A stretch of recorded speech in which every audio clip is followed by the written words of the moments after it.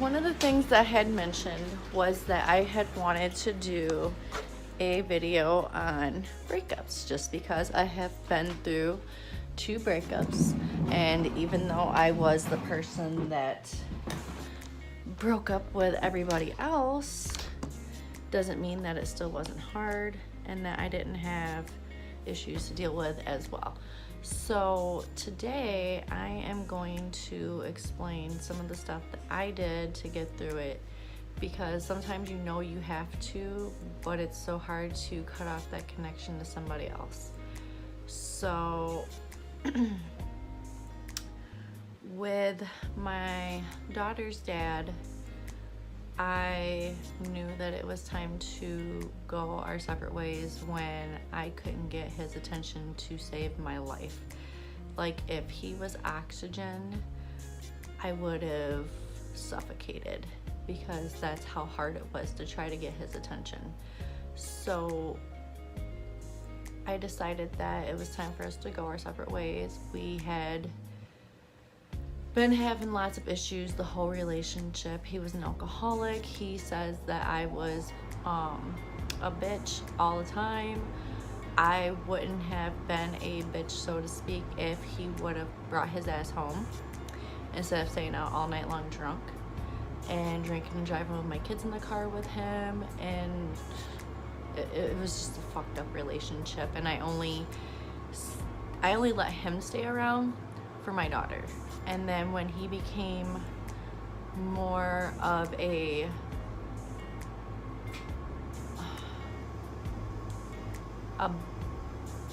bad role model, that's the best way to put it. When he became a bad role model for our daughter and my son, I really can't say anything about his son. That's between him and his son's mom. But when he became a bad role model to my kids, I don't care if one of them is with him, it's not time for us to be together no more, and we have to come up with a game plan on how to co-parent. Co-parenting is a joke with him, because he decided to, when he got his new girlfriend, to move to Texas, and me and his daughter are in Illinois. So how the fuck are we supposed to co-parent when he's in Texas? Well, he told me that we could do it through the phone. So I was like, okay, I'm game. I'm gonna try. I've never kept his daughter from him. I always fucking try to make a very hard go at co-parenting with him, just because I didn't have no kind of co-parenting relationship with my son's dad. And I really wish that I wish me and Quentin's dad would have gotten along better, so that he could have had more of a relationship with his dad. But now, because of what I've learned from co-parenting with Lexi's dad, is that for you guys out there that are like, oh, well, I have a great co-parenting relationship with my kid's mom, my kid's dad, blah, blah, blah. Congratulations. Because for the rest of the world that is doing this whole co-parenting thing, we haven't figured it out yet. So you can sit there and tell us what you did, but what you did ain't gonna work for us, because we're dealing with immature people, we're dealing with narcissists like my daughter's dad, and we're dealing with people that like to play the blame game, my son's dad. So what I'm gonna say is, when it's good, it's good. When it's good with both of them. When it's bad with both of them. For a little while there, it was going pretty good, and then Lexi's dad was all like, oh, well, you're making it hard for me to be a good dad to her. Okay, this is the blame game shit that I'm talking about. I am making it hard for him to be a good dad to his daughter when he's in Texas. So I found that fucking hilarious. Well, he picked the wrong time to start a fight with me. At the time that he had picked this fight with me, it was the middle of October. My mom was in the hospital with a possible stroke, and my grandfather was in the hospital. He has kidney failure, and he's really not doing very good. He's very sick. He needs dialysis. He has gallbladder issues, and he's just really, really sick. And at the time, we didn't know what was going on with my grandfather. We really didn't know what was going on with my mom. And Brad wanted to pick a fight with me and then sit there and tell me that after a few months of being with this new girl that he met through our work, that he's going to marry her and blah blah blah, because I made the comment that he moved to Texas to play house. It's true. When you leave both your kids here to move to another state with a woman and her kids, you're playing house. You're playing house with her kids. You're playing house with her. You're not being a father to your kids. You aren't doing what you should do for your kids. And that really pissed me off when he was like, oh, well, I'm getting married, blah, blah, blah. I'm like, well, good for you. I don't really give a fuck. That has nothing to do with me or your daughter. So drop it. Like, and he just kept going on and on. I was like, you know what? I don't have time to be dealing with this bullshit. I got better things to do. He said, well, obviously you don't. So I blocked him. He has been blocked for a good month now. Do I plan to unblock him? Fuck no, dude. Fuck no. He has so many problems and I am so stress-free now and I don't have to worry about this. It's my fault that he can't be a parent.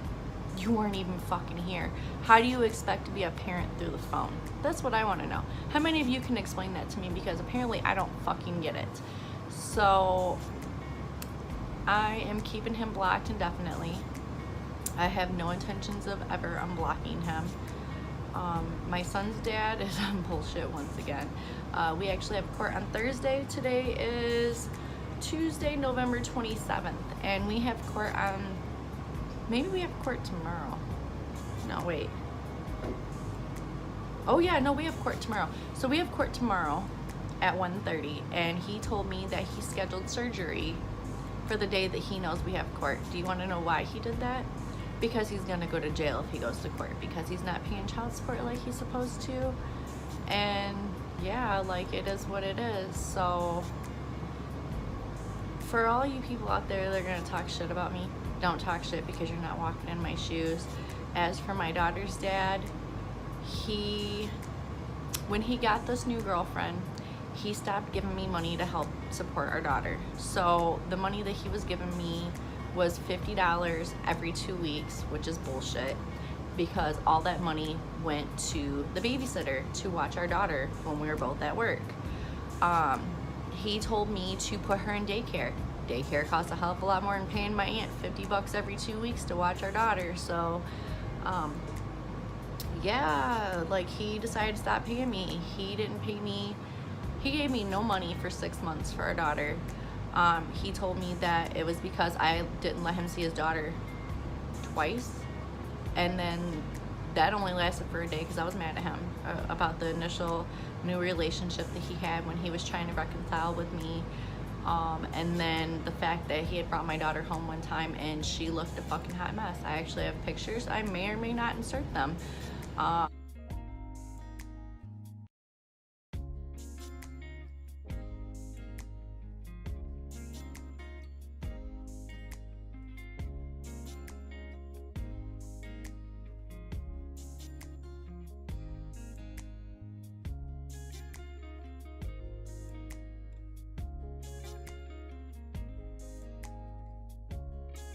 That shit really pissed me off.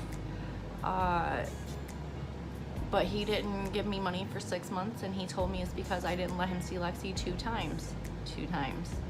And then he tells me all the time that I'm the one that's hurting her. This is what a narcissist does. You guys need to be careful, because you guys are not doing anything wrong. I'm gonna tell you that right now. If you're dealing with a narcissist like me, they're gonna tell you, you're doing this, you're doing that, and you're hurting the child, and blah, blah, blah. No, no, no. You are a parent. And if you are a part of your child's life, then that means you're a good fucking parent. And if you are doing what you have to, and that is to not deal with them because they're not worth the fucking bullshit, don't deal with them. It ain't worth the bullshit. Your kid is gonna be fine either way. I don't care what anybody says. They're like, oh, well, the dad has to be a part of the life. Okay, I agree with that. But when the dad decided to move to Texas and abandon both his kids, and I'm gonna fucking say abandon, because he left not only our daughter, he left his son here too. And the funny thing is that he was going around telling everybody that he wanted to be more a part of their lives. How the fuck are you supposed to be more a part of their lives when you are across the fucking country and living a whole new life with somebody else and trying to stunt in front like I'm impressed? I'm not fucking impressed. You can really suck a dick. I don't fucking care. I hope he sees this video. I hope he fucking finds this video and sees it, because this is nothing that I haven't said to him, to his face, on the phone, whatever, what have you. Same thing with my son's dad. Anything that I say isn't anything that he hasn't heard before, and it ain't nothing that's gonna shock or surprise him. So I give up on the whole fucking situation of co-parenting. Co-parenting is a joke. And then how can you be a part of a child's life for 5 years and not miss them, not want any interaction with them? Like, Lexi's dad was a part of Quentin's life for 5 years. 5 fucking years, dude. Does he ask about my son? No. Does he speak to my son? Fuck no, dude. He acts like my son does not fucking exist. So it is what it is. I don't feel sorry for him or any of his decisions. The way I told him, exactly verbatim, was that he dug his grave, now he gets to rot in it. So that's how I feel about co-parenting. And like I said, if this doesn't apply to you, it is what it is. But for you guys that are dealing like with going through the bullshit like me, I feel your pain, dude. I feel you. And you know what? Do what you have to do, but don't sit there and succumb to their narcissistic bullshit. Don't ever feel like you're doing something wrong. Don't ever feel like you haven't made the right decision for your child, because you have. At the end of the day, the kid's still gonna fucking get up and do what they gotta do. They're not gonna hold resentment. My son's living, breathing proof of that. I've been 100%, and that's the one thing I'm gonna tell you: be 100% with your kids. Don't lie to them. Don't sit there and try to cover up what the other parent is doing. If the other parent isn't upholding their end of being a parent, don't lie to your child. You always be 100% with them. I actually, when I was working at Lowe's, the job I can't stand. When I was working at Lowe's, I actually worked with this really, really smart 18-year-old kid. And he had told me that he didn't know his dad, that his dad left when he was like 3 years old, and he hasn't seen him in years. He said he never sent him cards, no letters, no phone calls, no nothing. And that when he turned 18, that his dad tried to pop up in his life. Well, he didn't know who this man was. And so when his dad had confronted him and was like, hey, I'm your dad, he was like, well, where the fuck were you? My mom never told me anything about you. And just kind of made it so that he didn't have any memory or anything of his father. That's not right. Don't do that. Don't try to act like they didn't exist, because at some point in time they did exist. They were a big part of their lives.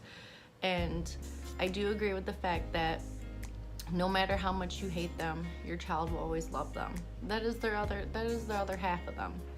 I do agree with that. I do agree that you should let the father see the child and let the child know who the other half of them is. Okay, it took 2 of you to make them. They need to know who the other half of them is. If they are adding stress to your life, if they are not upholding their end, if they are a danger to your child, so fucking be it, dude. Don't do it. Don't do it. The way I'm gonna put it to you is that if they are a danger to your child, do you really want to have to worry about if your child is okay with them? At the end of the day, if they're adding stress to you, is it really worth the stress? No. There needs to be boundaries. There needs to be a line that they can't cross. If, like Lexi's dad told me that I didn't have anything better to do, I'm fucking showing him that I got 1,000 million things better to do than sit here and, deal with his bullshit. That's what it is. So, this video was supposed to be about breakups, but it turned to be about kids and dealing with the bullshit and stress of co-parenting. So I wonder how I even did that. I'm gonna have to look back because I don't even know. This is how it is. I am a mom. I do 1,000 things at one time, and my mind is on that level too, where I think about 1,000 things at one time, and I'll just talk and talk and talk. And yeah, so back to what I was supposed to be talking about. So breakups. So maybe I should just do a whole nother fucking video about breakups and let this one just be about co-parenting because it's already 15 minutes long. So I think that's what I'm gonna do. I think I'm gonna let this be about co-parenting, not breakups. But I guess it kind of does go hand in hand because the breakup was a breakup between me and him, but we have kids, so the co-parenting thing was supposed to go along with it. Don't hurt yourself more trying to do what you can't. You can only do what you are able to do. Court, to me, court is a joke. You pay all this money, and at the end of the day, they're leaving it up to you guys anyway. So leave court out of it. It's a waste of money. You could be spending that money on the kids for what they need, for whatever. I mean, Christmas is right around the corner. Save the money for fucking Christmas. I have spent a lot of money in court. I have spent money on lawyers. I have spent a lot of time in court, and it's not worth it. I'm throwing my hands up for court with my son's dad tomorrow. I think I'm gonna call the Attorney General today and find out what she found out about child support for my son's dad because he's still not paying. They have suspended his driver's license. He's been in jail twice now for not fucking paying child support. Is he gonna learn? No. Does he have any bills? I wouldn't really call it bills. He lives at home with his parents, with his wife and their kids, and there's 8 of them living in a 3-bedroom trailer. I can talk shit because it's me and my 2 kids in a 2-bedroom apartment. I don't have a boyfriend. Let me stop. So, while I am sitting here, I might as well be forthcoming. I actually have a guy friend that I've known for probably most of my life. He periodically pops in to see if I'm in a relationship. 90% of the time I am, because he likes me and wants to be my boyfriend. So I'm like, okay, you like me and you want to be my boyfriend. Let's see how much bullshit you can deal with, because I'm the one. I am seriously the one. Like, I don't know how to describe him, but let's see how tonight goes, because he's actually coming over after work to go with us to go get our Christmas tree. So let's see how this goes. I don't know if I could actually picture myself in a relationship with him. Like, I've been thinking about it seriously because he kept telling me that he's not gonna go nowhere until I change my, well, not until I change my mind. That he said that he's just gonna keep coming around until I change my mind. So I believe it because he's been coming around since I was 21. So that was when I got divorced from my ex-husband. So that's 14 years now, but I've known him for longer. I've known him for almost 20 years. So, which is such a long time to know somebody, but I don't know how, like, to me, like, he's like a brother, like, it's just what it is. My best friend, who's a guy, told me that I sideline guys, that once we have a friendship that I don't give them any other chance for a relationship, which is what they're actually initially pursuing with me, as a relationship. Well, I didn't get that. I actually have an ex, Justin. So Justin started off as a friend. Actually, he started off as a coworker who would stalk me at work when I worked at Kmart. He worked at Kmart as well. He was security, and I worked back in layaway and jewelry and did like probably every freaking department there. But anyways, he would watch me on the cameras, and he would wait to see when I got back to layaway, and then he would call me.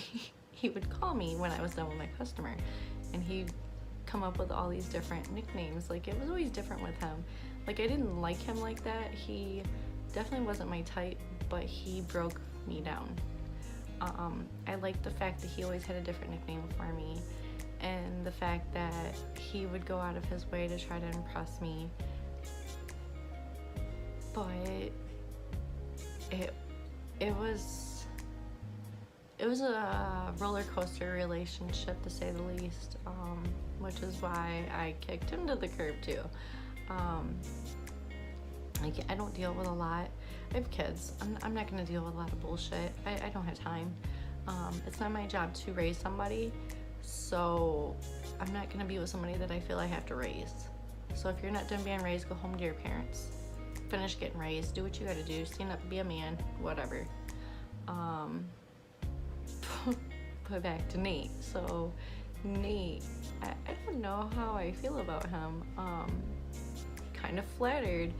I was talking to somebody on a dating website, and I liked him, and the fact that he didn't have no bullshit, no drama, like, he has no kids and he's 32. I was freaking impressed. And the fact that he really didn't want kids, but he was so about my kids. Like, he wants kids around, but he don't want kids of his own. So I was like, that's cool. Like, that's kind of what I need. I don't want somebody that's gonna come with baggage. Nate comes with a lot of baggage. He has 4 kids by 3 different women. And I don't know. I just don't know how I feel about it. It is, oh my God. I don't know. So, like Randy said though, I always usually have a guy around this time of year to carry my purse. I'm not gonna say carry my purse. I have a guy around to do the guy job. Is he gonna last? Probably not. I don't have high hopes. So it's just what it is. I don't even. So, you know what's funny is that this was supposed to be a vlog about breaking up, like breakups in general, and it turned into co-parenting, which kind of goes hand in hand with breakups. And then it talked about this whole mess that I have going on right now. So, back to a little bit about breakups. If you are going through a breakup, there's somebody else out there. You will laugh again, I promise you. Like, I'm over here cracking up laughing about this shit with Nate. Like, I don't know how to deal with it. You will find somebody. Somebody's gonna love you and want you the way that you deserve. Don't ever deal with bullshit. Whether it's co-parenting or whatever, like, guys come and go. Women come and go. I mean, this ain't gotta be just about guys. This can be about women as well. Like, it's the same thing. Like, my homie Randy. Like, we sit here and we talk, and we say that our lives are like mirror images of each other, which is fucking like 100% honest. Like, he's single, I'm single. Will we ever hook up? Fuck no. Why? Because I am not going to lose my best friend to a fucked up relationship because he's exactly like me. It would be the worst relationship I've ever had in my life. I can't do it. So I am gonna make a whole vlog about breakups after this one, because this one turned into be about co-parenting. I mean, all this shit kind of goes hand in hand with breakups. Like, if you were in a relationship with somebody and you guys had a kid together, that's gonna go along with a breakup, okay? But what I want you to know is that it's not the end of the fucking day. It's not the end of your fucking life. You will go on. It's gonna be hard. I'm gonna help you through that. I'm gonna make a whole nother video about that. In fact, I think my next video is gonna be a little bit of what you can do to help you change your mindset, is the best way to put it. So anyways, on that note, you guys have a fabulous day. I appreciate everything. Please give me a thumbs up and leave your comments and everything below, because I would love to hear it. I will argue with you all day. If you're one of them people that's like, oh, well, you can't do that. Well, yes, I can. When you try something and it don't work, you can do whatever the fuck you want. You're an adult. And at the end of the day, my brother is actually in Iraq right now, and he is fighting for our freedom. So guess what? I can do whatever the fuck I want because my brother fights for our freedom. So, yeah. All right, well, you guys have a fabulous day. Thank you. I appreciate it. Give me a thumbs up, and you guys have a great day. Thanks. Bye.